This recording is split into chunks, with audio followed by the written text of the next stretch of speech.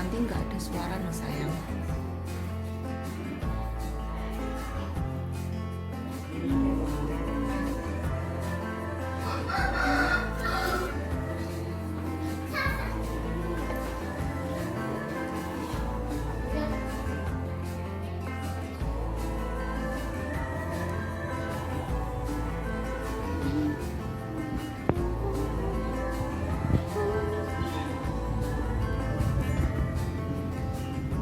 Bismillahirrahmanirrahim. Assalamualaikum warahmatullahi wabarakatuh. Waalaikumsalam warahmatullahi wabarakatuh. Sebelumnya saya mengucapkan terima kasih kepada ibu-ibu semuanya atas kehadirannya di sini untuk mengikuti seminar tentang aksi nyata modul 4 budaya positif oleh saya. Sudah kenal apa tidak Ibu? Saya perkenalan dulu ya, walaupun sudah kenal nanti jadi makin kenal ya, makin sayang. Oleh saya Yasinta Indriani SPD, Guru TK Aisyah 1 Magetan, calon guru penggerak angkatan 7 dari Kabupaten Magetan. Oke. Dan hari ini saya akan mempresentasikan dan agar berkembang semuanya budaya positif yang ada di lembaga kita, yakni aksi nyata, kegiatan aksi nyata modul 4 ya, modul yang sudah saya lalui di CGP, calon guru penggerak. Oke, sebelum memulai kegiatan, saya ingin membuat kesepakatan belajar. Nah ya, kesepakatan belajar, keyakinan kelas ini bisa kita lakukan tidak hanya dalam forum orang dewasa, tetapi pada anak-anak. Jadi saya sudah lakukan di kelas saya setiap pagi. Sebelum belajar, anak-anak saya ajak buat kesepakatan belajar, Bu Ismi ya. Jadi anak-anak setiap pagi sudah buat kesepakatan belajar. Susah, ya. Tapi karena yang kita hadapi apa? Yang kita hadapi adalah anak usia dini. Tetapi dilakukan secara kontinuitas, secara kontinu dan konsisten agar anak mampu melakukan sebuah kesepakatan. Kesepakatan belajar ini juga disiplin positif yang harus dilakukan di sekolah. Kesepakatan belajar kita yang pertama nanti happy learning. Nah ya, saya maunya belajar kita hari ini untuk memahami budaya positif kita lakukan dengan hati yang senang, tidak secara terpaksa. Karena ini juga sebenarnya ilmu buat kita, pembaruan, upgrading ilmu buat kita semua. Yang kedua yakni sharing, ya. Sistem belajar kita hari ini adalah sharing ilmu. Jadi di sini tidak ada yang paling pintar atau yang paling tahu, tidak, ya. Saya berdiri di sini bukan berarti saya paling tahu, tidak. Tetapi di sini berbagi ilmu bersama. Saya belajar dari ibu-ibu semua dan ibu-ibu belajar sama saya. Kita semua saling melengkapi. Kemudian saya mohon yang ketiga ini ya, ini pay attention. Nah ya, saya mau kita semua belajar menjadi guru yang memperhatikan dan menghargai pendapat orang lain ya. Nanti dua arah, bisa dari saya, bisa dari peserta. Kemudian yang keempat, aktif. Nah ya, jadi aktif di sini nanti semua boleh berpendapat, tidak hanya saya yang berpendapat. Begitu nggih, ibu-ibu, untuk kesepakatan belajar kita. Siap menyepakati? Insya Allah, alhamdulillah. Nggih. Selanjutnya, sebelum kita belajar untuk meningkatkan motivasi belajar kita, nah biasanya moodnya tadi yang buruk, moodnya tadi nggak baik, capek belajar. Nah, kita intermezzo awal dulu ya Bu. Saya mau ngajak teman-teman untuk main tebak lagu. Nah, ya siap? Siap. Aduh, siap. Oke, siap ya? Tebak lagu yang pertama. Silahkan ditebak. Judul lagunya apa? Oke, apa Bu Titin? Apa Bu Titin? Aduh. Topi saya bundar. Oke, dari Bu Titin, topi saya bundar. Kita lihat dulu jawabannya betul apa salah. Oke, betul sekali. Topi saya bundar. Tebak lagu yang kedua. Lagu apa ini? Bu Titin itu ternyata Twitter menebak lagu. Apa Bu Titin? Baby Shark. Coba kita lihat. Betul nggak ya Baby Shark? Betul sekali. Sekarang selanjutnya ada lagi tebak lagu dangdut.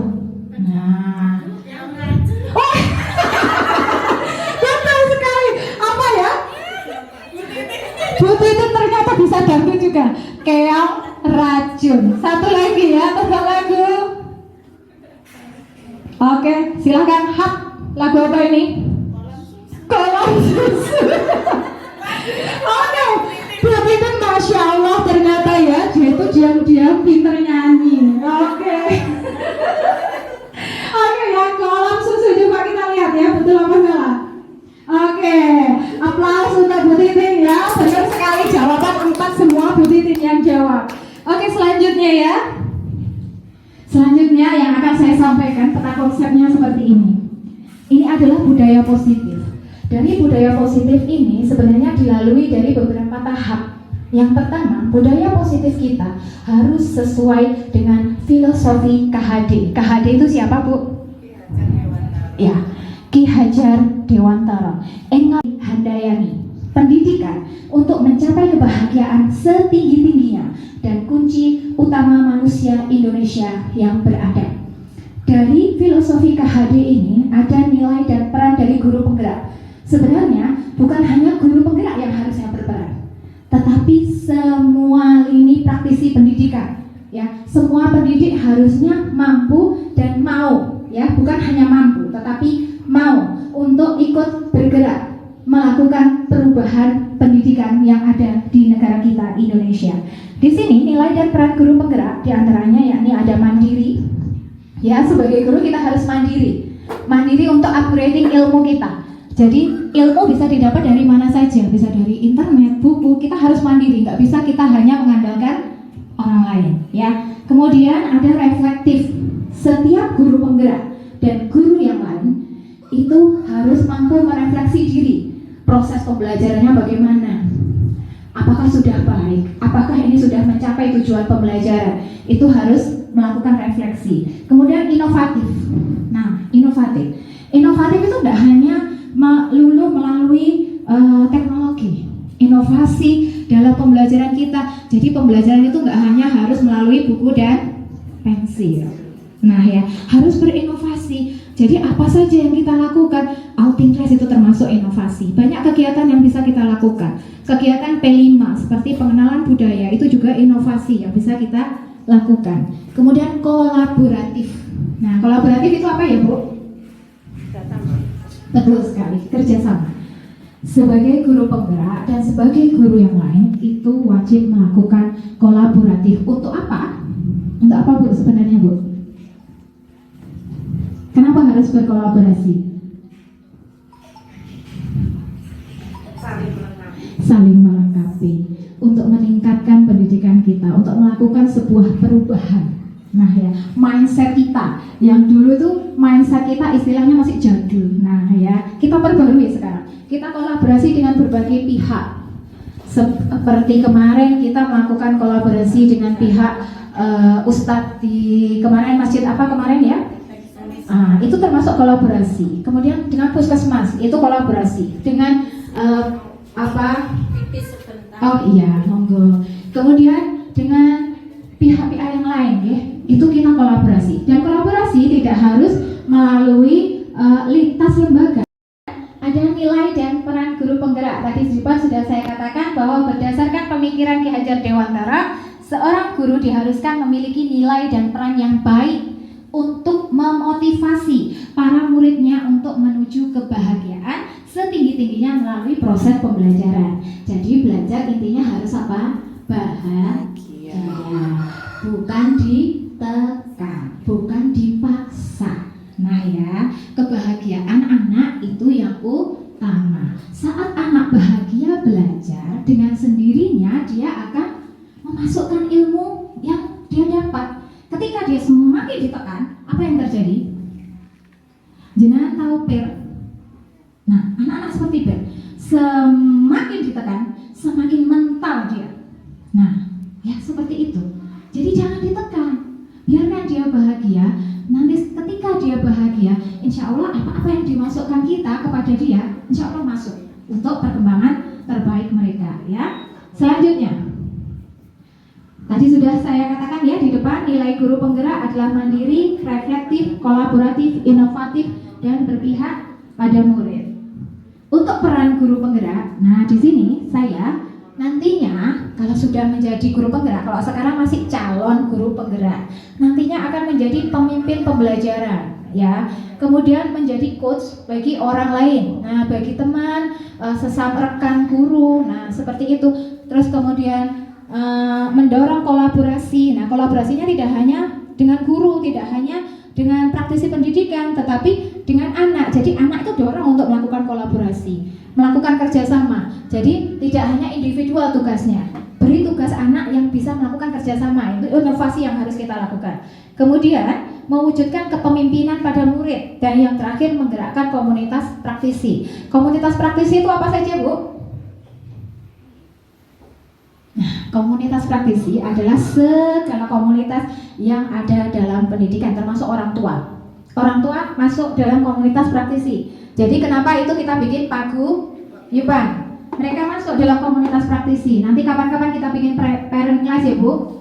Nah, orang tuanya bisa menjadi guru tamu.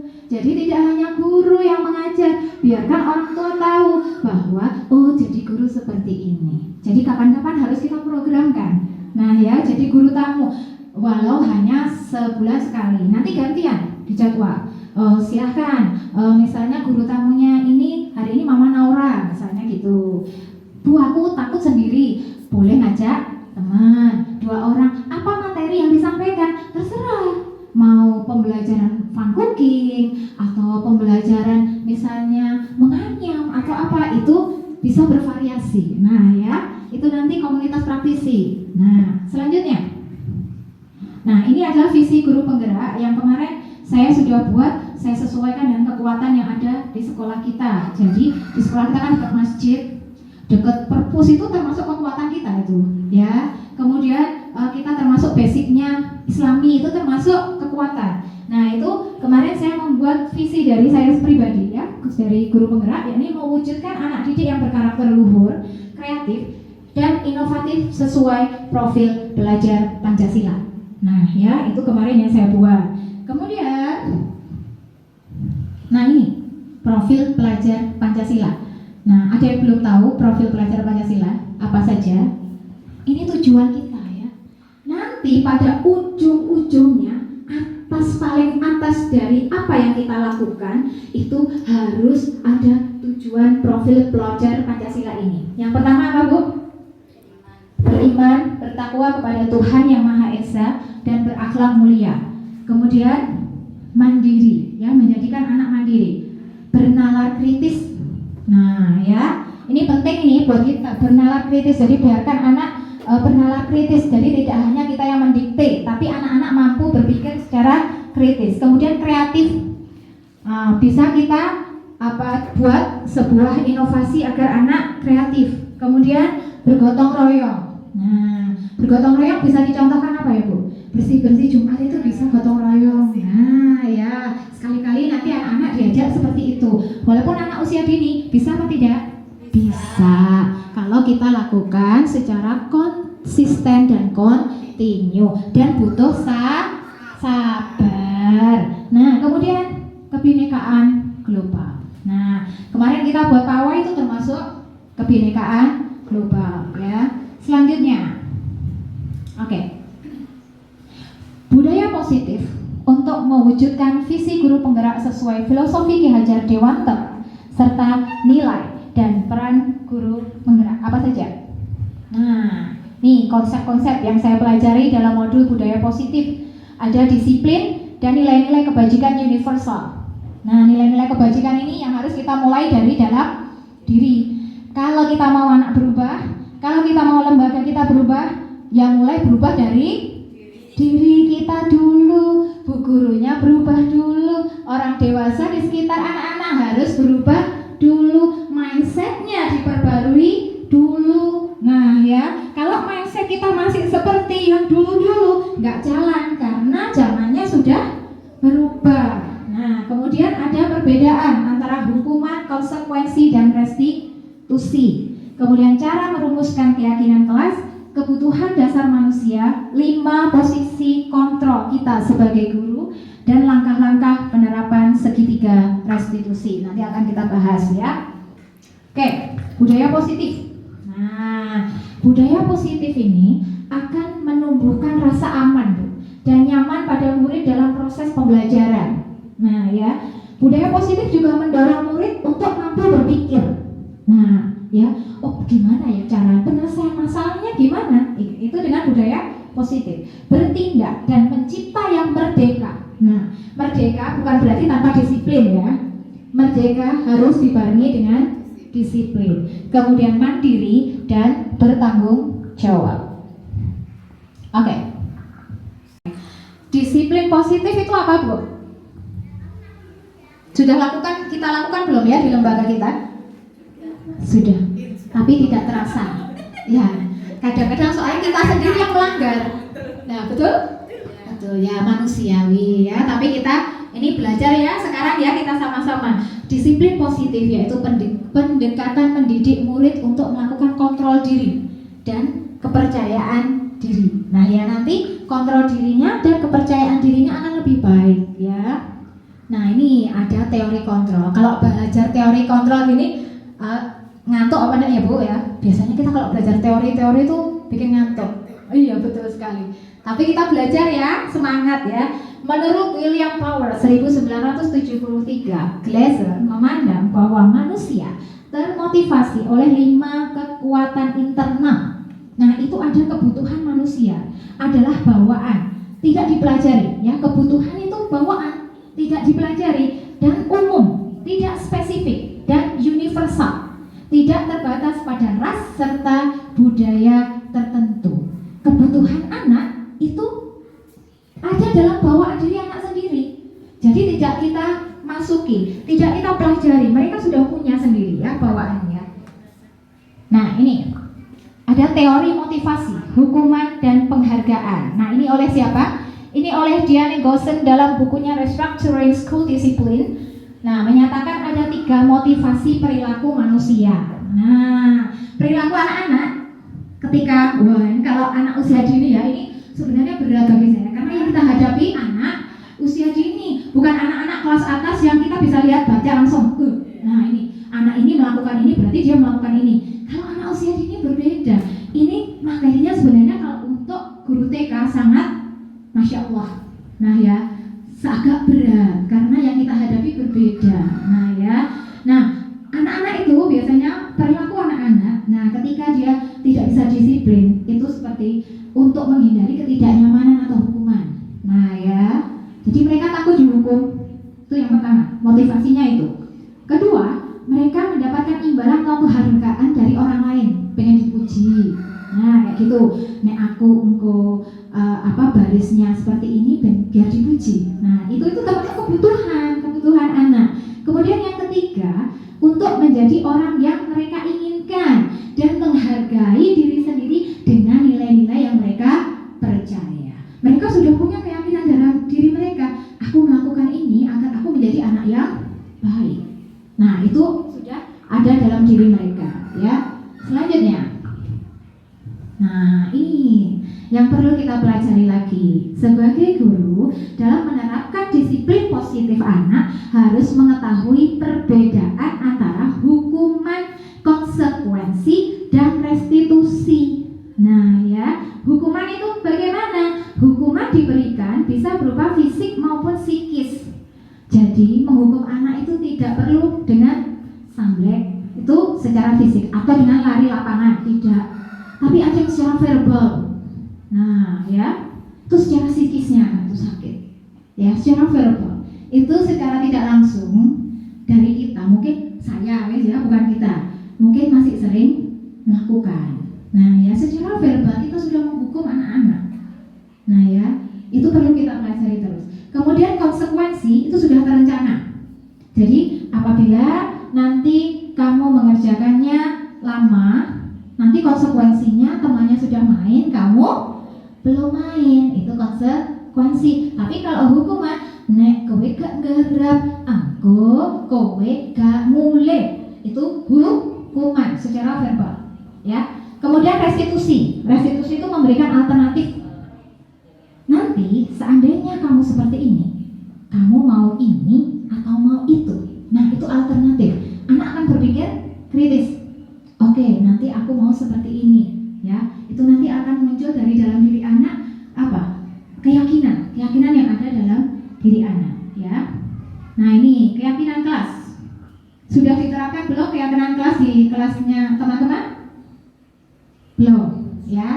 kita belajar. Sudah saya lakukan di kelas saya, susah ya, tapi harus diingatkan kalau anak-anak gitu. Jadi kalau pagi saya bilang sebelum belajar kita bikin kesepakatan dan keyakinan kelas apa saja, gitu mereka sudah ngerti. Jadi tak boleh rame bu, gitu. Terus bu nek bu guru menjelaskan diam. Nah mereka sudah ngerti itu, di asal sudah ngerti. Terus habis itu kalau nggak diam diapakan? Kita pancing. Kalau anak usia dini gitu, kalau anak yang usia kelas atas kan sudah dengan sendirinya. Ini nanti keyakinannya ini gitu. Kalau anak usia dini harus kita pancing. Nanti apa? Mereka jawab tadi pagi mereka jawab diukur bu. Diukurnya apa? Saya gitu. Jawabnya nyanyi gitu. Nah itu mereka sudah tahu tentang keyakinan dan kesepakatan. Setelah melakukan keyakinan, apakah mereka diam terus? Tidak. Mereka anak usia dini, harus diingatkan. Ayo, tadi kita sudah buat keyakinan dan kesepakatan apa? Duduk lagi dia. Walaupun harus bolak-balik ya, kita harus sabar sebagai guru karena yang kita hadapi anak usia dini. Nah, ya keyakinan kelas merupakan sesuatu yang dapat diterapkan. Disiplin positif harus ada keyakinan kelas, ya. Untuk mencapai disiplin harus ada keyakinan. Pembuatan keyakinan melibatkan semua warga kelas. Jadi anak-anak diajak ini bercurah pendapat. Kemudian keyakinan kelas ditinjau kembali dari waktu ke waktu. Hari ini kita bikin keyakinan ini, besok kita tinjau lagi. Apakah itu bisa dilakukan? Ya. Oke. Cara merumuskan keyakinan kelas, nanti siswa berdiskusi dengan guru tentang apa yang diinginkan dan disepakati bersama untuk menumbuhkan budaya positif ya. Sudah saya jelaskan di depan. Nah, ini contoh keyakinan kelas apa saja? Nah, ini kita bernalar kritis ini, berpikir kritis Bu Guru. Ayo, bagaimana? Apa saja? Bulis, contoh keyakinan kelas. Apa ya? Berbaris di depan. Itu termasuk keyakinan kelas. Masuk itu juga dengan rapi. Nah, itu termasuk keyakinan kelas. Anak-anak mau antri. Nah, itu keyakinan kelas. Nah, antri disiplin masuk ke dalam. Bu Titi. Memilih kegiatan yang diinginkan. Oke, itu juga bisa. Kegiatannya kan disiapkan lebih dari. Oke, karena itu dibuat area, berarti ya, dibuat area. Oke, Bu Titin. Wah, aku kaget deh. Bu Titin kaget barang. Oke, itu termasuk keyakinan kelas. Nah, Bu Maya, apa? Bikin keyakinan kelas. Tidak boleh memotong pembicaraan guru. Itu juga keyakinan. Itu karena sopan santun ya. Bukan itu egosentris dari guru, bukan. Nah, tapi itu sopan santun. Jadi anak perlu diajarkan, perlu.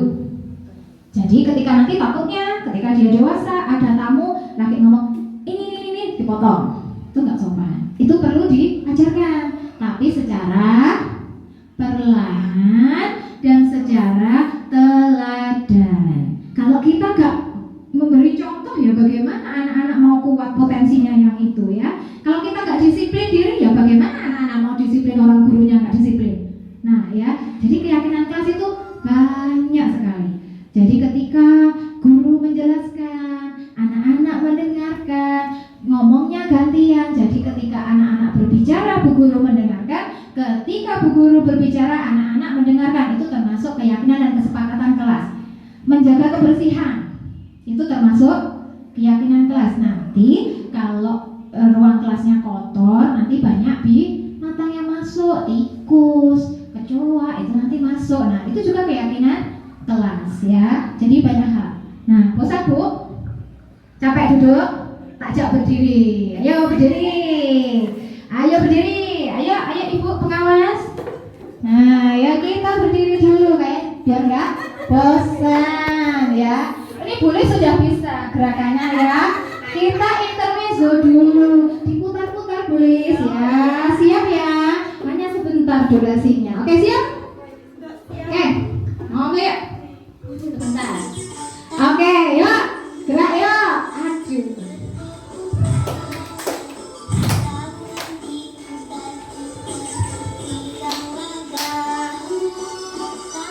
Diputar-putar.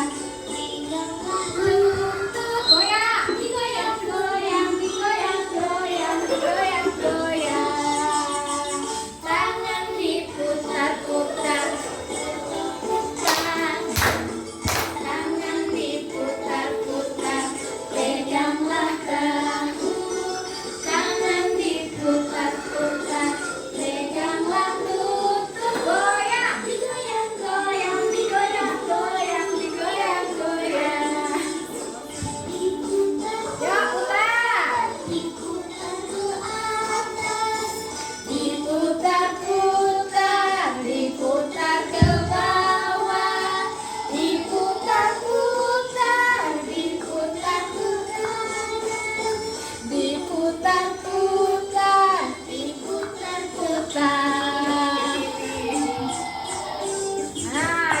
biar lemes badan kita, nggak ngantuk.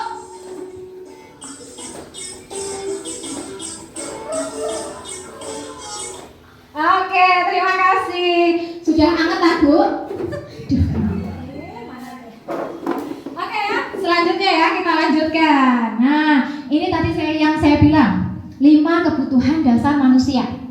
Ya, ketika anak melakukan sebuah perilaku, nah itu ada kebutuhan dasarnya. Apa saja?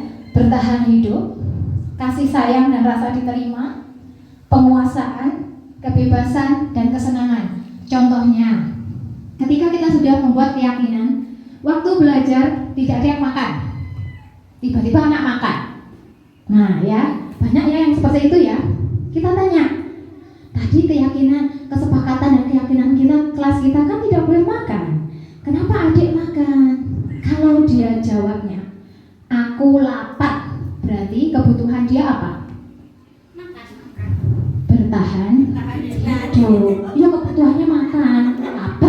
Lapar itu untuk bertahan hidup. Kalau dia jawabnya, ya aku kesuka gini, senang kok gini. Nah, itu berarti kebutuhan dia kesenangan. Nah, ya. Kalau dia ya sak-sakku, Bu. Kebebasan. Nah, dia pengen bebas. Itu kebutuhan dasar. Ketika kita mengatasi perilaku anak, kita harus tahu kebutuhannya ini. Oh, kebutuhannya cah iki. Jadi kalau kita kadang-kadang ya, namanya manusia, kadang lost control, marah kita. Loh, kok makan? Belum waktunya makan sudah, tidak boleh. Gitu. Ayo, ditaruh. Kita nggak tanya itu kebutuhannya apa. Kita nggak tanya itu kenapa dia makan. Nggak tanya ya. Nah, itu proses belajar. Saya masih suka miss itu. Saya suka masih lupa. Padahal kita harus tanyakan kebutuhannya anak ini. Lah jangan-jangan dia lapar dari kemarin nggak makan. Nah, ya bisa jadi. Jadi kita harus tanya kebutuhannya dia itu apa. Jadi kita nggak hanya menghakimi, tapi ada alternatif dan solusi. Oh, dia kebutuhannya ini. Anaknya nakal, gak karu-karuan. Nah, ternyata dia kurang kasih sayang. Itu dia membutuhkan kasih sayang. Di rumah nggak dapat. Dia mau di sekolah dapatnya. Itu juga ada anak yang seperti itu. Penguasaan, maunya nomor 1. Aku teko esuk ben iso aku diakui, aku jadi nomor 1. Iki lho aku yang paling pinter. Iki aku yang paling apa? Yang paling solid. Itu penguasaan. Ya, ada juga anak yang seperti itu. Ya, itu harus kita pelajari. Nah, ini untuk melalui tadi kita sudah tahu kebutuhan dasar anak. Nah, kita sebagai guru ini adalah pemegang kontrol posisi. Nah ya, 5 posisi kontrol guru itu ada penghukum. Kemudian ada apa lagi? Pembuat merasa bersalah. Kemudian ada teman, ada pemantau dan terakhir ada manajer. Nah, kontrol diri, kontrol posisi. Itu siapa yang bisa melepaskan? Siapa yang bisa mengontrol? Diri sendiri. Coba sekarang contohnya. Ibu-ibu pegang erat 2 tangannya. Nah, dipegang erat. Sekarang bayangkan, merem boleh. Bayangkan di tangannya ibu-ibu ada sesuatu yang paling berharga dalam diri ibu-ibu. Terus sama temennya disuruh lepas, buka. Dibuka nggak? Enggak. Oh enggak. Dicaci maki. Kamu sudah dibilangin, buka, bodoh kamu. Kamu bodoh, kamu sudah menutup itu bodoh. Buka sekarang, atau kamu jadi orang yang paling menderita. Dibuka apa enggak? Tetap tidak. Masya Allah, hebat. Kenapa tidak dibuka? Dia mempertahankan kepunyaannya sendiri. Betul sekali, boleh Masya Allah 100. Itu ya, kontrol diri. Itu yang bisa melepaskan adalah diri kita sendiri. Mau orang lain caci maki, mau orang lain mengolok-ngolok, mau kamu ditekan, mau kamu direndahkan, kalau kamu itu punya kontrol diri yang baik, ya tidak akan dilepaskan. Hanya kita-kita yang bisa melepaskan. Nah ya, jadi kontrol diri itu ada pada diri kita. Anak juga begitu. Mau kita gini kan, mau kita gitu kan. Kalau kontrol dirinya itu masih dalam dirinya, nah kita mau apa lagi? Nah ya itu kita pelajari, ya kita pelajari bersama. Nah ini penghukum. Kita nanti belajar, kita sebagai guru itu sebagai apa sih? posisi kita itu kalau dulu, nah ya, saya pernah menjadi penghukum. Nah ya, saya mengakui saya menjadi penghukum. Kenapa? Seorang penghukum bisa menggunakan hukuman fisik maupun verbal. Hukuman ke anak tidak harus hukuman fisik, jadi bisa verbal. Hanya memuji teman, kita memuji temannya ya. Lihat, ini pekerjaan temanmu, lihat ini, bagus kan? Kerjakan ini seperti temanmu. Itu secara tidak langsung menghukum teman yang lain. Tapi kita tidak sadar. Kita memberi contoh yang baik, tapi secara tidak langsung kita menghukum teman yang lain. Nah, ya. Nah, betul, merendahkan. Kita secara tidak langsung merendahkan teman yang lain. Nah, ya. Kemudian, sekolah seorang penghukum itu memerlukan sistem atau alat yang dapat lebih menekan murid. Nah, dalam menekan murid lebih dalam lagi. Guru yang menekankan posisi penghukum itu biasanya berkata seperti ini. Nah, patuhi aturan saya atau awas. Nah, kemudian kamu selalu saja salah. Dibilangin nggak dengar-dengar, itu termasuk. Nah, ya, ini untuk penghukum. Penghukum itu biasanya nada suaranya tinggi, bahasa tubuhnya matanya melotot. Nah, ya. Nah, ini siapa yang seperti itu? Mungkin saya. Ya, kadang-kadang. Dan jari itu dia menunjuk-nunjuk gini. Nah, ya itu penghukum. Terlambat lagi, pasti terlambat lagi. Selalu datang terlambat. Kapan bisa datang tepat waktu? Itu kalau anaknya usia yang lebih atas ya. Ayo, nggak dikerjakan lagi. Tugasnya belum dikerjakan lagi. Setiap hari seperti itu. Nah, mungkin kita mengalami. Ya, itu kita sudah dalam posisi kontrol menghukum. Nah, tanyakan pada diri kita, bagaimana perasaan murid kita bila guru berbicara seperti itu pada saat muridnya datang terlambat atau pada saat muridnya belum mengerjakan tugas. Nah, ya ini kita refleksi diri ya, Bu. Nah, muridnya apa yang akan dirasakan? Kemungkinan murid marah dan mendendam, bersifat agresif. Nah, ya. Kemudian bisa jadi sesudah kembali duduk, murid tersebut akan mencoret bukunya, meja tulisnya. Lebih buruk lagi, sepulang sekolah, murid melihat motor atau mobil gurunya itu bisa menggores kendaraan gurunya, dendam, ya, marah anak-anak. Nah, ya, itu bisa jadi seperti itu. Nah, kita harus hati-hati ya, pembelajaran yang luar biasa buat kita. Kemudian, yang kedua membuat merasa bersalah. Nih, Masya Allah saya dulu sekali ini ya. Nah, pada posisi ini dulu saya kira ini adalah sesuatu yang efektif untuk anak. Ternyata saya salah. Pada posisi ini biasanya guru akan bersuara lebih lembut sebenarnya. Tetapi pembuat merasa bersalah akan menggunakan keheningan yang membuat orang lain merasa tidak nyaman, bersalah atau rendah diri. Kata-kata yang keluar dengan lembut akan seperti ini. Nih, ibu sangat kecewa sekali dengan kamu. Berapa kali Bapak harus memberitahu kamu ya? Kak, kasihan sama ibu kamu. Sudah nyekolahin mahal-mahal. Nih, saya dulu seperti itu. Ya, itu ternyata salah. Gimana coba kalau orang tua kamu tahu kamu berbuat begini? Nah, itu anak jadi merasa bersalah. Di posisi ini, murid akan memiliki penilaian diri yang buruk tentang diri mereka. Oh iya, aku elek. Aku mengecewakan orang tua. Aku mengecewakan ibu guru. Murid merasa tidak berharga dan telah mengecewakan orang-orang yang disayanginya. Efeknya, nah, pembuat merasa bersalah ini biasanya nada suaranya memelas halus, bahasa tubuh merapat kepada anak nih ya, merapat ke anak loh, Kak, kasihan. Nah, seperti itu ya. Adik, kamu ini bagaimana? Kamu sudah berjanji dengan ibu tidak terlambat lagi. Kamu kenapa ya senang sekali mengecewakan ibu? Ibu kecewa. Nah, ini ya. Nah, bagaimana perasaan anak-anak nih? Kalau seperti itu, murid akan merasa bersalah. Bersalah telah mengecewakan ibu atau bapak ibu gurunya. Murid akan merasa menjadi orang yang gagal, Bu, ternyata. Ya, dengan perlakuan kita yang seperti itu, murid merasa gagal dan tidak sanggup membahagiakan orang lain. Kadang-kala sikap seperti ini lebih berbahaya dari sikap penghukum. Wow, ternyata ya ilmu parentingnya luar biasa karena emosi akan tertanam rapat di dalam. Anak-anak menahan perasaannya, ya. Tidak seperti murid dengan guru penghukum, di mana murid bisa menumpahkan amarahnya. Nah, kalau di penghukum itu anak-anak bisa marah dengan cara yang negatif. Kalau murid yang ini tertekan, seperti tiba-tiba bisa meletus amarahnya, bisa menyakiti diri sendiri. Ya, karena ada rasa kecewa dalam diri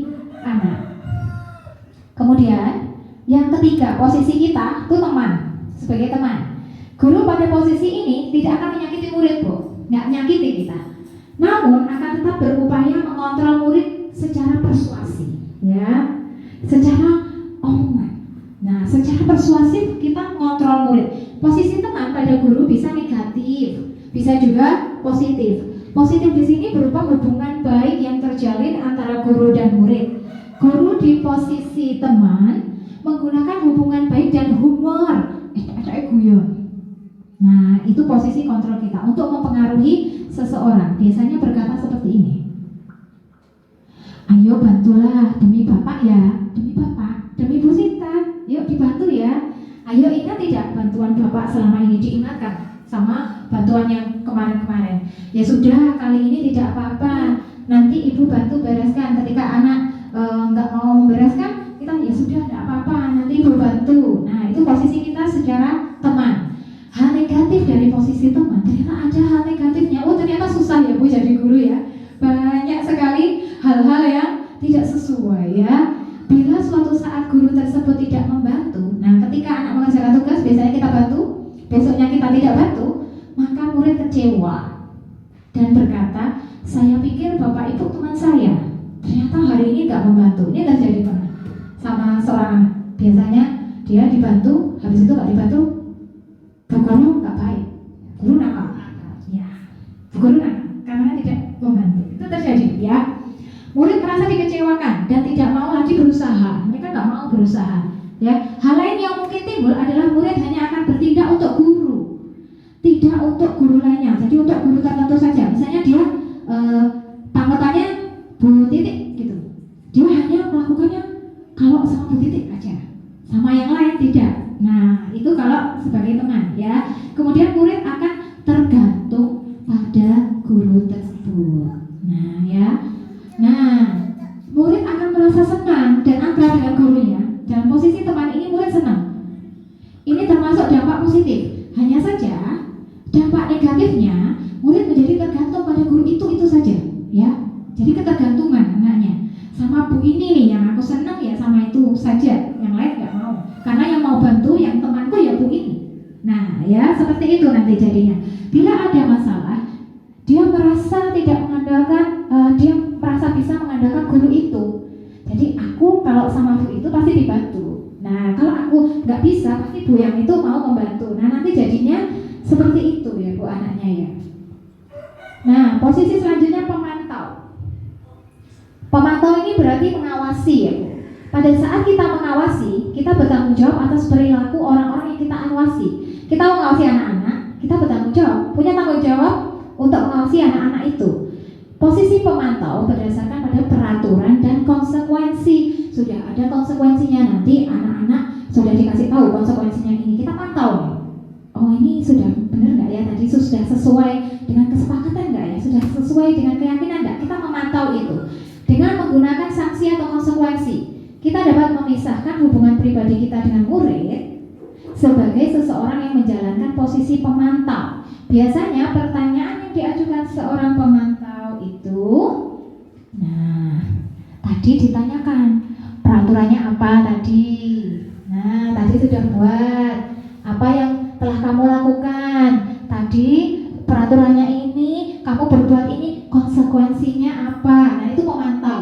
Nah, ya. Nah, seorang pemantau sangat mengandalkan penghitungan, catatan, data yang dapat digunakan sebagai bukti atas perilaku anak. Nah, ya, atas perilaku seseorang. Posisi ini menggunakan stiker, slip catatan, daftar cek, jadi banyak gitu yang dia kerjakan. Posisi pemantau sendiri berawal dari teori stimulus respon. Ketika kita beri stimulasi ini, respon anak seperti apa? Nah, yang menunjukkan tanggung jawab guru dalam mengontrol murid. Nah, pemantau biasanya nada suaranya datar, bahasa tubuhnya formal, ya, jadi tidak menghentak-hentak gitu, tidak. Biasanya gurunya berkata seperti ini, Adi, tahukah kamu jam berapa kita mulai? Tahu Pak. Nah, kamu terlambat 15 menit. Apakah kamu sudah mengerti konsekuensi yang harus dilakukan bila terlambat? Nah, kalau di TK, ayo tadi tugasnya apa? Tadi konsekuensinya apa bila kita tidak mengerjakan? Nah, biasanya kita seperti itu ya. Paham Pak, saya harus tinggal kelas pada jam istirahat. Itu dia sudah tahu konsekuensinya ya. Seperti itu posisi pemantau. Dalam posisi ini konsekuensi yang harus dijalankan karena telah melanggar salah satu peraturan sekolah. Dia sudah tahu konsekuensinya, ya. Jadi dia tahu apa yang harus dijalankan. Guru tidak menunjukkan suatu hal yang berlebihan, menjadi marah juga tidak, ya. Gurunya tidak marah.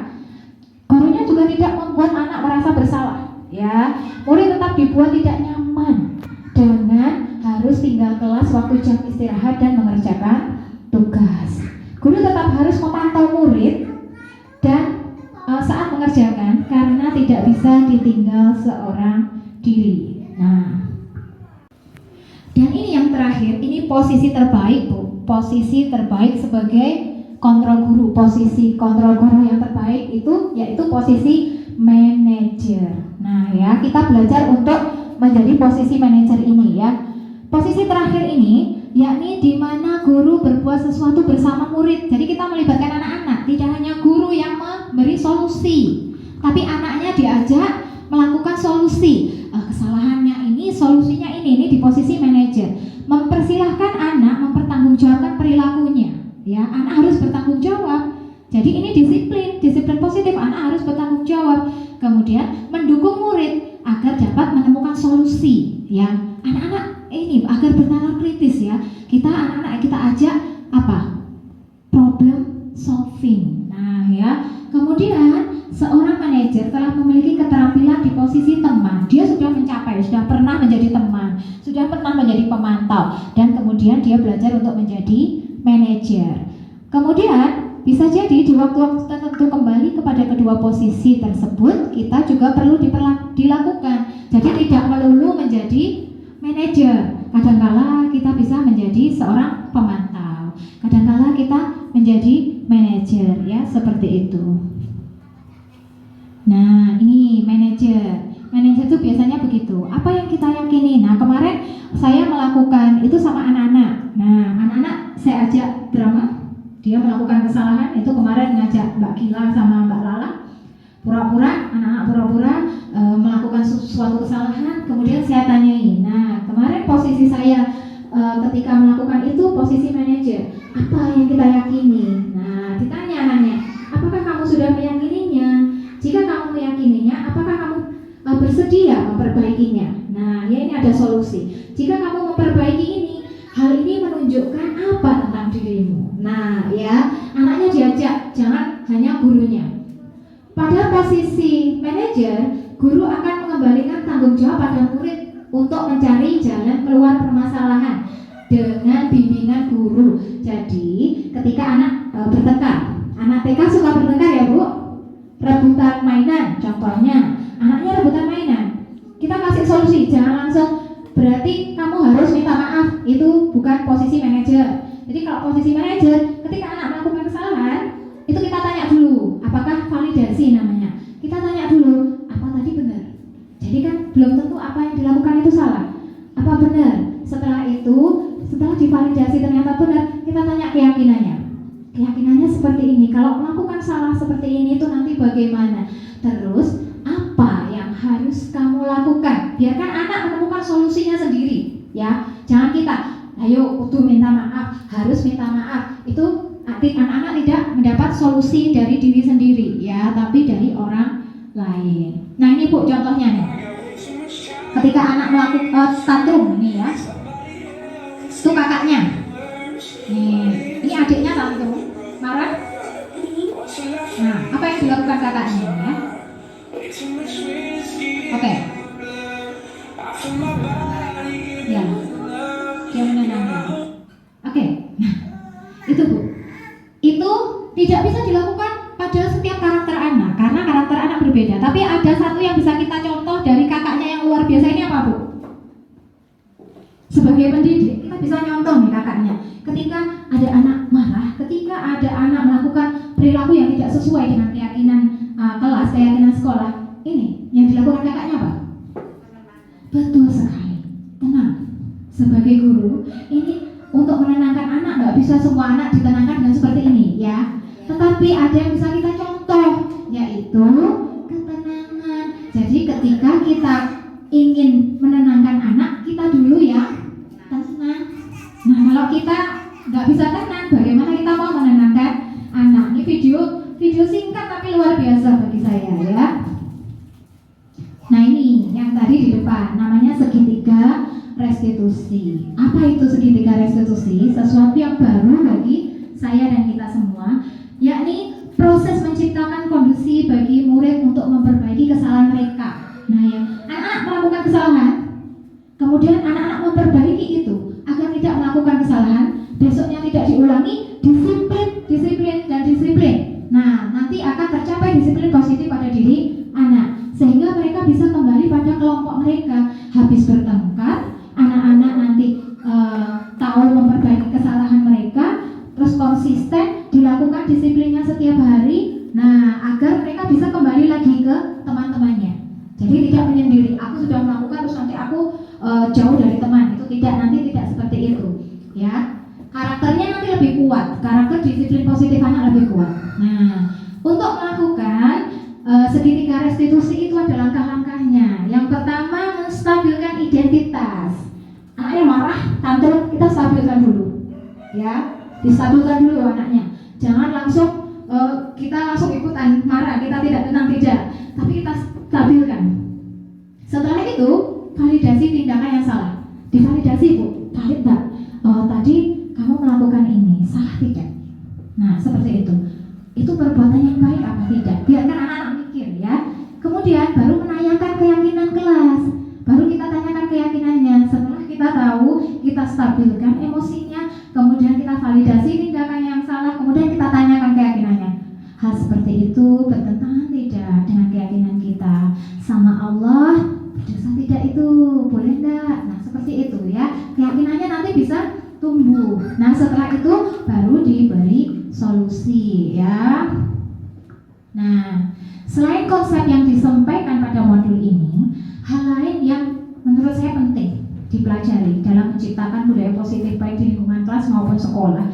Jadi, dalam menenangkan anak seperti tadi itu perlu kerjasama ya. Tidak harus dilakukan oleh satu guru saja, tidak bisa. Harus ada teamwork, harus ada kerjasama. Kalau satu guru melakukan tapi guru lain tidak melakukan, disiplin positif itu bisa jalan apa tidak di sekolah itu? Tidak. Disiplin positif juga harus dilakukan oleh semua guru, berawal dari guru. Kedatangan itu saja itu sudah disiplin positif. Nah, itu saya juga banyak miss-nya. Nah, ya. Nah, itu juga penting. Disiplinnya harus muncul dari dalam diri kita. Kerjasama warga sekolah yang baik, misalnya untuk menenangkan anak, seperti itu cara menenangkan anak. Kita sama-sama kerjasama. Gak harus gurunya, misalnya yang ada masalah anak kelompok A1 yang harus menyelesaikan ya guru kelompok A1, tidak. Ya, kita kerjasama, ya. Kita satu tim, kita teamwork, kita keluarga. Jadi dalam satu naungan lembaga ini kita tuh satu tim, kita keluarga. Misalnya, gurunya yang itu sedang repot, misalnya seperti itu. Oke, aku bantu karena aku bisa. Cara menenangkannya sama seperti yang tadi, ya, pakai segitiga restitusi. Nah, ya, kita stabilkan dulu emosinya, kemudian kita validasi dulu, kemudian baru kita tanyakan keyakinan. Nah, ini ya, kerjasama warga sekolah yang baik. Kita harus kerjasama, Bu. Kalau saya sendiri atau Bu Titik sendiri yang jalan, bisa apa tidak? Tidak, disiplinnya nggak akan jalan di sekolah kita. Kemudian memberikan teladan. Kita cuma ngomong, tapi nggak memberikan contoh, bisa apa tidak? Tidak. Nah ya, memang berat. Selain kerjasama juga butuh teladan. Selain itu juga melakukan proses pembelajaran dan pembiasaan agar terwujud budaya positif ya. Budaya positif itu dimulai dari dalam diri kita sebagai pendidik. Kita awali dulu dari diri kita ya. Coba untuk kerjasama itu seperti apa? Kita lihat video ini ya. Nih pentingnya teamwork, pentingnya kerjasama. Sekelompok pinguin. Nah, ada masalah datang. Kalau satu pinguin saja yang melompat, nggak bisa ngalahin itu ya masalahnya. Tapi semua pinguinnya kerjasama, mereka teamworknya bagus. Selamat tidak? Selamat. Nih, silakan lihat. Segerombolan semua. Ada masalah mendadak.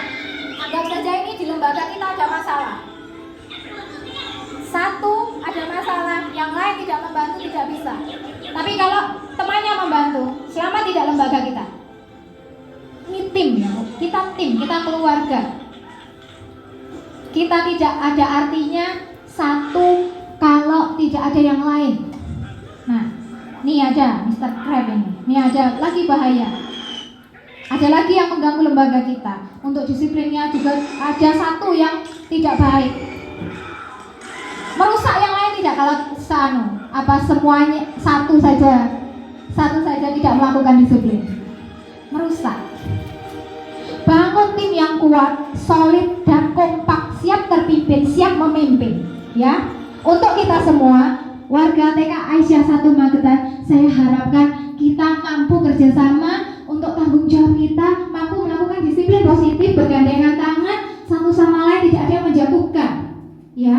Kalau satu saja buruk, dampaknya buruk bagi yang lain, ya.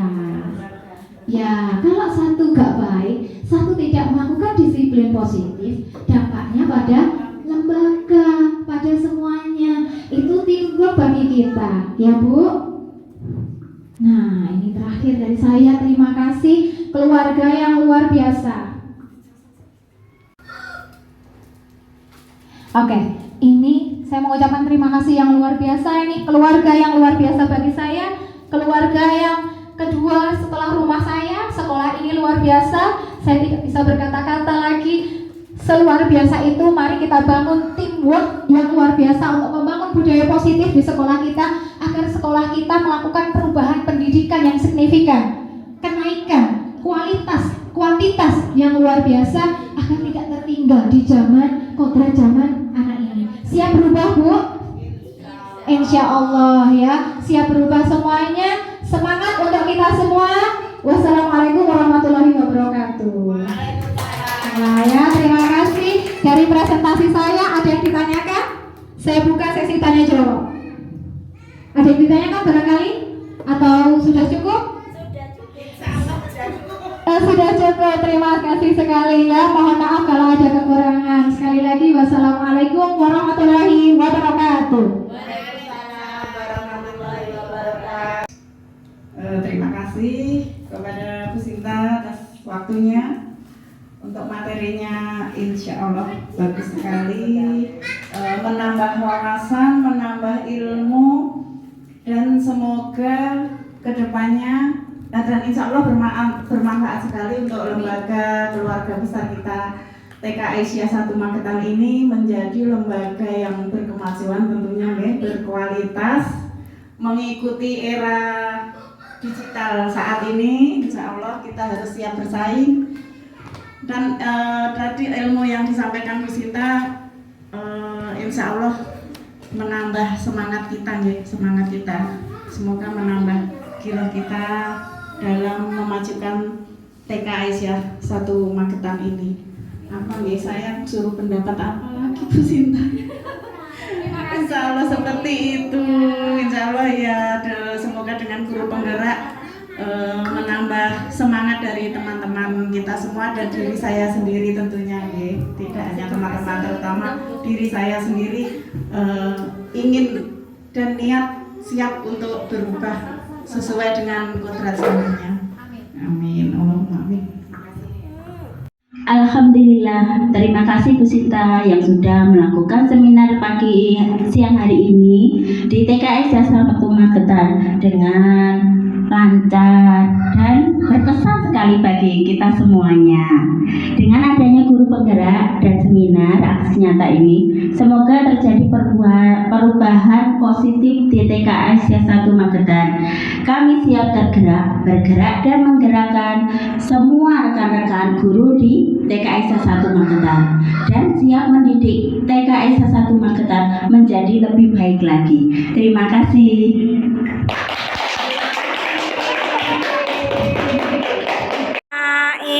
Wassalji wal barot. Bismillahirrahmanirrahim. Alhamdulillahi rabbil